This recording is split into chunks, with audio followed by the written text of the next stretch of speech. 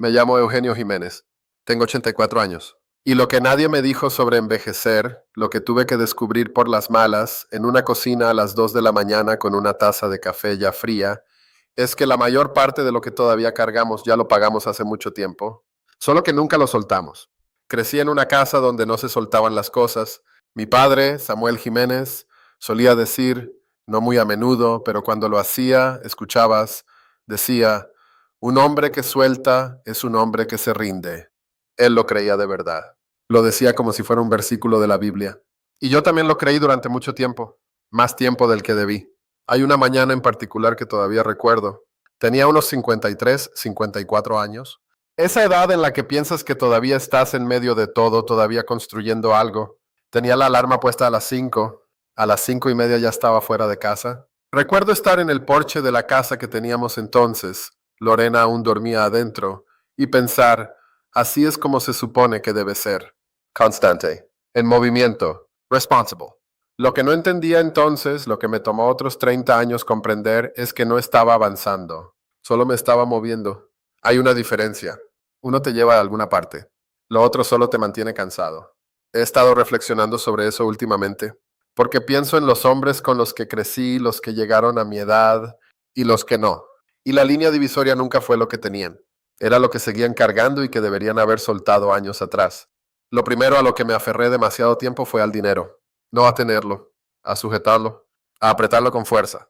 Hubo un periodo, debo haber estado en mis últimos 60, en el que tenía más de lo que necesitaba.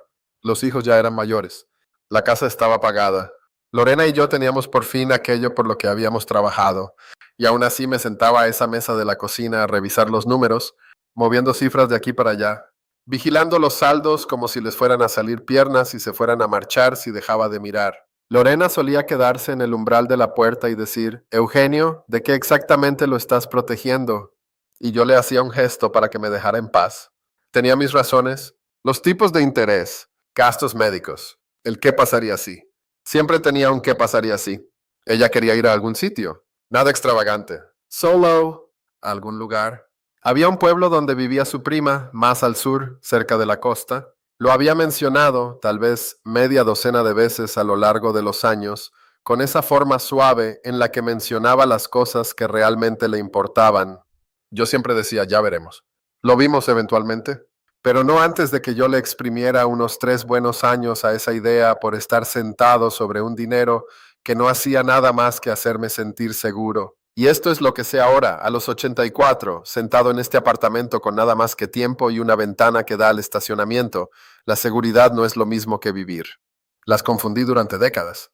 Te pasas toda la vida laboral construyendo un muro y luego cuando el peligro se ha ido, cuando se ha ido hace años, sigues dentro del muro preguntándote por qué se siente todo tan pequeño aquí dentro. El dinero es una herramienta. Nunca debió ser un compañero. Cuando empiezas a tratarlo como a uno, cuando empiezas a gestionarlo de la misma manera que algunos gestionan la soledad, te quita algo. Te quita los años que debiste pasar disfrutándolo. El dinero sigue ahí en su mayor parte. Los años no. Ahora, y digo esto con cuidado porque he estado en ambos lados, gastar a lo loco tampoco es la respuesta.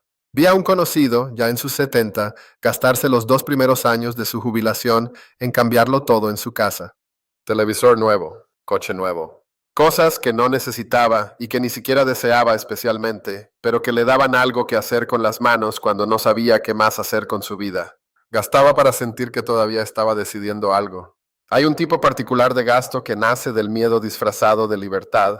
Lo reconocí en él porque lo había reconocido en mí mismo años antes. Cuando me jubilé, y la jubilación no fue la salida elegante que había imaginado, pero ya llegaremos a eso, compré un cortacésped de asiento para una comunidad de vecinos que ya tenía su propio servicio de mantenimiento. Todavía no entiendo bien en qué estaba pensando. Creo que pensaba, necesito seguir siendo útil. Necesito seguir siendo el tipo de hombre que posee un cortacésped de esos.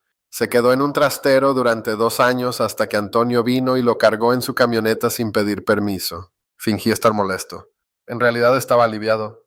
Los gastos que realmente significaron algo, los que de verdad recuerdo, fueron más pequeños, más silenciosos. Una cena en la que no miré la cuenta.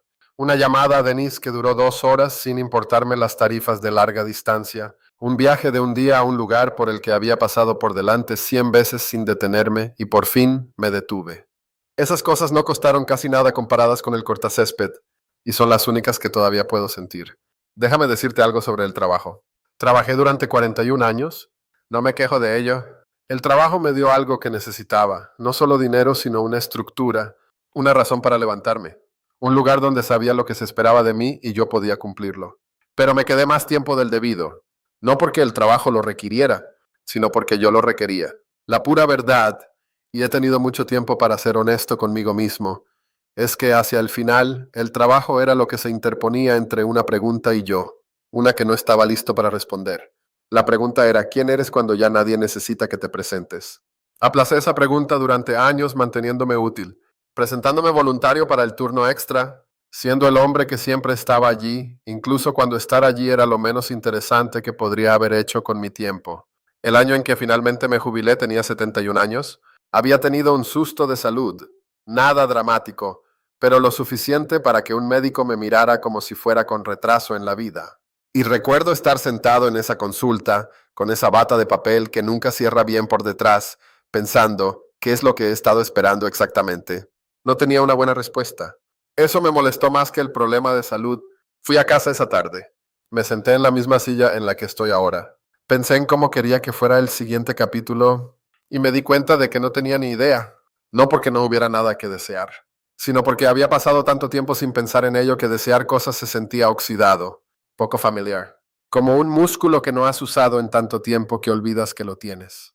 Hay algo vergonzoso que quiero contarte y lo voy a decir de todos modos. A los 3 meses de jubilarme organicé la despensa. 3 veces, en una semana. La tercera vez me convencí de que había un sistema mejor, un sistema significativamente mejor, para colocar las latas de conserva. Daniel Rocha llamó a la puerta un martes mientras yo estaba en pleno proceso por algún recado pequeño que necesitaba y miró la encimera llena de latas y dijo, con mucho cuidado, de la forma en que le hablas a alguien de quien no estás muy seguro. ¿Todo bien por aquí? Le dije, organizando. Él asintió. No dijo nada más. Tomó lo que necesitaba y se fue. Pienso en ese momento más de lo que probablemente debería. Lo que más tiempo pospuse, más que el viaje que Lorena quería, más que las llamadas que siempre pensaba hacer, fueron las experiencias, no las grandes. Esas siempre podía posponerlas con algo que sonara razonable, el coste, el momento, la salud. Sino las pequeñas, las que no requerían nada excepto decidir hacerlas. Había un parque a unos 40 minutos de donde vivíamos. Había pasado por delante durante años. Lorena lo mencionó una vez. Yo dije, algún día. La misma respuesta de siempre. Ella falleció en mi 77º año. Fui a ese parque unos 6 meses después, solo. Me senté en un banco durante una hora, miré el agua. Era solo un parque. Solo agua y árboles y unos cuantos patos discutiendo por algo en la orilla. Pero me senté allí y pensé en cada vez que había pasado por delante y había dicho algún día, y sentí algo que solo puedo describir como el peso de todos esos algún día cayendo sobre mí a la vez. No era pena exactamente. Algo más silencioso que la pena, más como un ajuste de cuentas. No puedes volver atrás y hacer aquello que no hiciste. Solo puedes seguir adelante y no cometer el mismo error. Así que empecé a ir, no de forma dramática, no en alguna gran aventura de jubilación de esas que la gente publica, simplemente yendo, deteniéndome donde antes pasaba de largo, sentándome donde antes me quedaba de pie, quedándome un poco más de lo que creía necesario. Lucas Rocha me preguntó una vez, uno de los sábados que viene con Daniel, cuál era el mejor lugar en el que había estado. Lo preguntó como preguntan los niños, con total franqueza, sin segundas intenciones. Lo pensé más tiempo del que él probablemente esperaba. Le dije, un parque al que debía haber ido mucho antes. Él lo pensó un segundo y luego pasó a otra cosa. Pero yo me quedé con esa idea. No voy a fingir que me cuidé como debería haberlo hecho. Hay una terquedad particular que crece en los hombres de mi generación respecto a la salud. No es estupidez. Es algo más parecido al orgullo disfrazado de fortaleza. ¿Ignoras las cosas porque ignorarlas significa que no son reales? ¿Pospones las citas porque ir al médico significa admitir que algo podría estar mal? Y admitir que algo podría estar mal se siente de alguna manera como una debilidad. Mi padre, Samuel Jiménez, nunca fue a un médico por voluntad propia. Iba cuando mi madre, Rosa Jiménez, le obligaba, lo cual era más a menudo de lo que él jamás reconoció, y se sentaba en la sala de espera como un hombre retenido contra su voluntad. Luego tomaba cualquier receta y nunca la compraba. Aprendí de eso, desafortunadamente. A mis 50 hubo cosas que debía haber atajado antes. A mis 60 cosas que empeoré por esperar. A los 70 mi cuerpo había empezado a enviarme las facturas de todo lo que había aplazado. Lo que desearía que alguien me hubiera dicho, lo que le diría a cualquier hombre de unos 60 años que todavía cree que funciona como a los 40, es que tu salud no es algo estático. Es una práctica. Es algo que cultivas.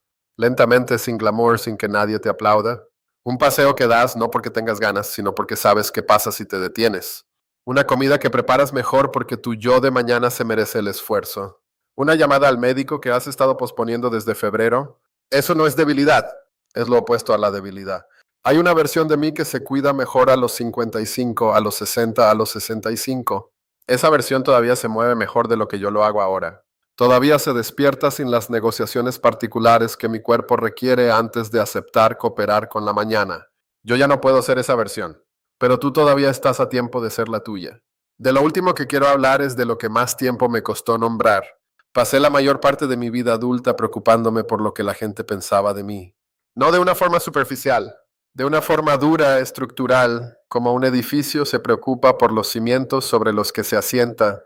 Mi reputación no era vanidad. Era supervivencia. O al menos así fue como lo entendí durante muchísimo tiempo. Mi padre fue claro en esto sin decirlo directamente. La forma en que nos veían era la forma en que estábamos protegidos. La vergüenza era un peligro. La imagen era una armadura. No dabas motivos a la gente para que te menospreciara, porque el menosprecio te costaba cosas que no siempre podías recuperar. Viví así, casi siempre sin cuestionarlo. Y luego, en algún momento de mis 70, empecé a notar el peso de aquello. El calibrado constante. ¿Quién estaba en la habitación y qué pensarían si decía esto o no hacía aquello, o si me presentaba de una forma en lugar de otra? Era agotador de una manera que nunca había sido capaz de admitir, porque admitir el cansancio era también el tipo de cosas que no se hacían. Hubo un momento pequeño, nada grandioso. Estaba en una reunión familiar, una de esas cosas de Marcos, de las que hay mucha gente y mucho ruido, y niños que corren por las habitaciones como si intentaran escapar de ellas.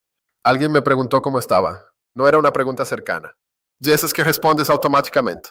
Y estuve a punto de decir bien, pero estaba cansado. Estaba genuina y específicamente cansado, y la reunión era demasiado ruidosa, y llevaba allí 2 horas más de lo que quería, y tenía 73 años. Así que, en lugar de eso, dije, me voy a marchar ya, pero me alegro de haber venido. Nadie se desmayó. Nadie me faltó al respeto. La reunión continuó sin mí, que es lo que hacen las reuniones. Conduje a casa. Me senté en esta silla y sentí algo que no pude nombrar de inmediato. Era alivio, puro alivio. El alivio de decir una pequeña verdad en lugar de una mentira cómoda. He estado practicando eso desde entonces, de forma imperfecta, inconsistente, pero practicando. No necesitas el permiso de nadie para dejar de actuar. Especialmente no lo necesitas a los 84 años. Las cosas de las que protegía mi imagen, los juicios de los que me guardaba, la mayoría de esas personas ya no están. El resto tiene sus propias preocupaciones. Nunca nos estaban observando tanto como pensábamos. El público estaba más que nada en mi cabeza. Es extraño darse cuenta de eso tan tarde, que la mayor parte de la presión era interna, que el jurado para el que estabas actuando se había retirado hacía años y nadie te lo dijo. Pienso en lo que podría haber hecho de otra manera con la energía que gasté manteniendo las apariencias. Las cosas que podría haber dicho en lugar de las cosas cuidadosas, controladas y respetables que dije. Los momentos en los que podría haber sido más auténtico y menos compuesto. No digo nada de esto con amargura. Lo digo en serio. Hubo suficiente en mi vida que fue real. Suficientes mañanas que fueron buenas. Suficientes momentos que me sorprendieron por lo mucho que importaban. Tuve a Lorena durante 39 años y ella fue alguien que valió la pena tener. Tengo 6 hijos que en general resultaron ser personas a las que respeto. Tengo 10 nietos, incluido uno que se sienta a mi lado a veces sin necesidad de conversar, que es la forma más avanzada de compañía que he encontrado. Tuve la ética de trabajo de mi padre y la estabilidad de mi madre, y en algún punto entre ambas, una vida que puedo mirar sin tener que desviar la vista. No fue lo que imaginé, fue otra cosa. Algo más honesto de lo que imaginé, y las cosas honestas tienen una durabilidad que las cosas imaginadas no poseen. Así que 5 cosas que dejar de hacer después de los 65. No voy a enumerarlas para ti. ¿Estabas escuchando? ¿Las has oído? No tratan realmente sobre el dinero o el trabajo o la salud o las apariencias. Esos son solo los envoltorios. De lo que tratan realmente es de esto. En algún momento tienes que decidir que te has ganado el derecho a dejar de fingir, a dejar de posponer, a dejar de cargar cosas que nunca fueron tuyas para llevar. No sé exactamente cuándo es ese momento. Yo lo encontré más tarde de lo que debí, pero lo encontré. Y lo sigo encontrando, sinceramente. Unos días más que otros. Tengo un ritual matutino ahora. Nada espiritual ni complicado. Preparo café. Me siento junto a la ventana. Observo cómo cambia la luz durante unos 15 minutos antes de que el día empiece a pedirme cosas. Suena a nada. Es, en los términos más honestos que tengo todo, he vivido lo suficiente para entender que las mañanas son lo que tienes. Las mañanas ordinarias, nada del otro mundo. Las que no se anuncian. Esas que podrías pasar durmiendo o mirando el teléfono o preocupándote y a veces lo haces. Pero cuando te sientas en ellas, cuando realmente te sientas en ellas, son algo. Son la evidencia de que todavía estás aquí, todavía respirando, todavía eres parte de esto. Eso no es poca cosa. Conozco a personas que nunca llegaron a mi edad. Conozco a personas que llegaron y desearon haberla pasado de otra manera. Yo estoy en la segunda categoría, hasta cierto punto. Pero sigo aquí. Eso cuenta. Eso cuenta muchísimo cuando me permito sentirlo. Si te has quedado sentado conmigo todo este tiempo, si has aguantado hasta aquí, entonces sabes qué clase de persona eres. De las que todavía piensan las cosas, de las que cuestionan, de las que están dispuestas a sentarse con las partes difíciles. Eso tampoco es poca cosa. Si algo de lo dicho aquí se queda contigo, me alegro. Vuelve algún día, estaré en la silla.